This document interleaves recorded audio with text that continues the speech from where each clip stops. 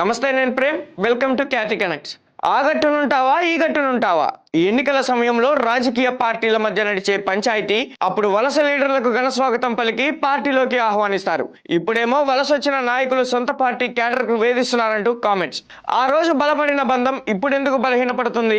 సొంత పార్టీ నేతల మధ్య విభేదాలు ఎందుకు వస్తున్నాయి? ఉమ్మడి నల్గొండ జిల్లాలో కాంగ్రెస్ లో జరుగుతున్న ఆధిపత్య పోరులో తెర వెనుక ఉన్నదెవరు? అసలు ఏం జరుగుతుంది అనేది ఇవాల్టి పాయింట్ ఆఫ్ వ్యూలో చూద్దాం.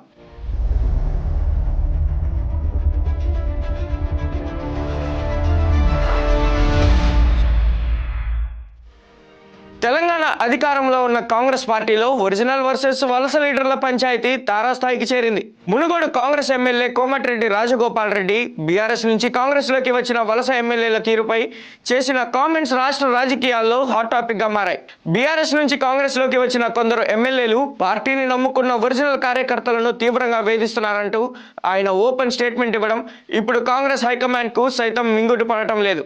రాజగోపాల్ రెడ్డి నకరికల్ తుంగుతుర్తి లాంటి నియోజకవర్గాలను ఉదాహరణగా చూపిస్తూ వలస నేతలపై తీవ్ర స్థాయిలో ధ్వజమెత్తారు. గత ఎన్నికల్లో కాంగ్రెస్ పార్టీతో ఎలాంటి సంబంధం లేని వాళ్లకు టికెట్లు ఇచ్చినా రాష్ట్రంలో కాంగ్రెస్ అధికారంలోకి రావాలనే ఒకే ఒక్క లక్ష్యంతో ఒరిజినల్ కాంగ్రెస్ కార్యకర్తలు రాత్రింబవళ్లు కష్టపడ్డారు. తమ సొంత డబ్బులు ఖర్చు పెట్టుకుని మరీ సదరు అభ్యర్థులను గెలిపించారని రాజగోపాల్ రెడ్డి గుర్తు చేశారు. కానీ దురదృష్టవశాత్తు ఇప్పుడు గెలిచిన ఆ వలస నేతలు తమను గెలిపించిన ఒరిజినల్ కాంగ్రెస్ కార్యకర్తల మీదే అక్రమ కేసులు పెట్టి వేధింపులకు గురి చేస్తున్నారంటూ ఆయన ఆవేదన, ఆగ్రహం వ్యక్తం చేశారు. ఇటీవల తుంగుతుర్తి నియోజకవర్గంలో ఎంపీ చామల కిరణ్ కుమార్ సాక్షిగా జరిగిన వివాదాన్ని రాజగోపాల్ రెడ్డి ప్రస్తావించారు. కాంగ్రెస్ పార్టీలో సొంత పార్టీ వాళ్ళకంటే వలస లీడర్ల పెత్తనం ఎక్కువైందంటూ ఆగ్రహం వ్యక్తం చేశారు. ఒకవైపు పదవుల పంచాయతీ, మరోవైపు వలస లీడర్ల వివాదాలతో గాంధీ భవన్ కాస్త క్రమశిక్షణ కమిటీలతో కాలయాపన చేస్తోంది. పార్టీ బలోపేతం చేయాల్సిన నేతలు గాంధీ భవన్ లో వివాదాలు సెటిల్మెంట్ చేసే పనిలో పడ్డారట. కొద్ది రోజుల్లో రానున్న గ్రేటర్ ఎన్నికలపై వలస వర్సెస్ సొంత లీడర్ల పంచాయతీ ఎఫెక్ట్ పడుతుందని భావిస్తున్నారు. నేతల మధ్య ఉన్న గ్యాప్ ను తొలగిస్తే కానీ గ్రేటర్ ఎన్నికల్లో కాంగ్రెస్ జెండా ఎగరవేయడం సాధ్యం కాదని రాజకీయ విశ్లేషకులు భావిస్తున్నారు. మరోవైపు మళ్ళీ నేనే సీఎం, వచ్చేది కాంగ్రెస్ పార్టీదే అధికారం అంటూ ప్రసంగాలు చేస్తున్నారు. కానీ గ్రౌండ్ లో మాత్రం మంత్రులకు, ఎమ్మెల్యేలకు పసగడం లేదని చర్చ జరుగుతోంది. రాజగోపాల్ రెడ్డి చేసిన ఈ కామెంట్స్ ఉమ్మడి నల్గొండ జిల్లా రాజకీయాల్లో తీవ్ర కలకలం రేపాయి.